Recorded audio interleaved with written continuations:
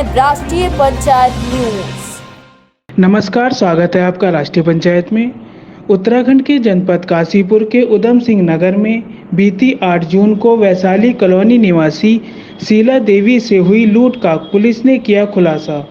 शीला देवी बाजार का काम निपटाकर अपने घर जा रही थी, तभी रोडवेज के पास खड़े 3 युवकों ने उनके गले से चैन और हाथ से पर्स लूटकर फरार हो गए। शीला देवी के पुत्र विनीत कुमार द्वारा ITI थाना को दी गई सूचना पर पुलिस ने CCTV कैमरों की मदद से किसी बड़ी घटना को अंजाम देने की फिराक में घूम रहे 3 युवकों को दबोच लिया।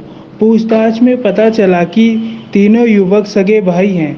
इस लूट का खुलासा करते हुए 15 जून को अपर पुलिस अधीक्षक ने बताया कि जो कि आवास विकास कॉलोनी में रहते हैं, उन्होंने एक सूचना दी थी पुलिस को काशीपुर थाने में कि इनकी माताजी 8 तारीख को इसी 8 जून को काशीपुर बाजार में आई थी और ये वापस अपने घर लौट रही थी।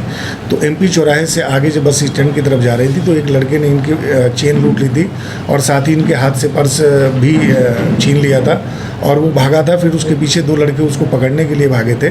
इनको संदेह हुआ था कि ये तीनों लड़के एक साथ हो सकते हैं। इसी इनकी सूचना पे हमारे द्वारा CCTV और टेक्निकल एविडेंस के माध्यम से हम इनको डेवलप किए तो पता चला कि ये लड़के एक ही साइड से आए थे और साथ में ही ये कहीं ना कहीं इनका मूवमेंट था, जो कि साथ में जा रहे थे।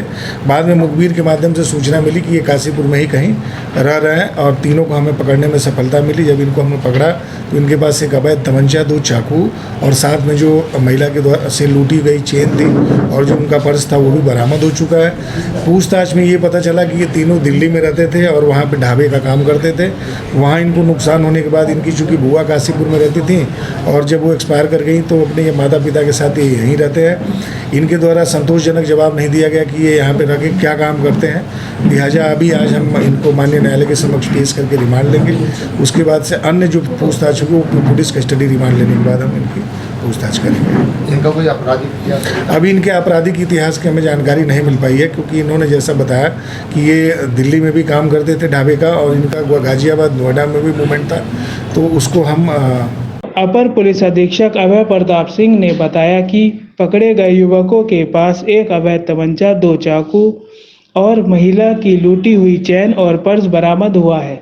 पूछताछ के बाद पता चला है कि ये तीनों दिल्ली में रहते थे और वहां पर ढाबे का काम करते थे। वहां नुकसान होने के बाद ये अपनी बुआ के घर पर ही अपने माता पिता के साथ काशीपुर में रहते हैं।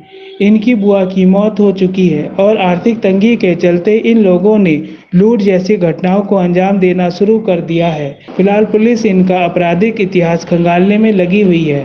तीनों युवकों को पुलिस अभिरक्षा में न्यायालय के समक्ष पेश किया गया। प्रस्तुत है काशीपुर उधम सिंह नगर से संवाददाता ललिता कौर की रिपोर्ट। नमस्कार, जय हिंद।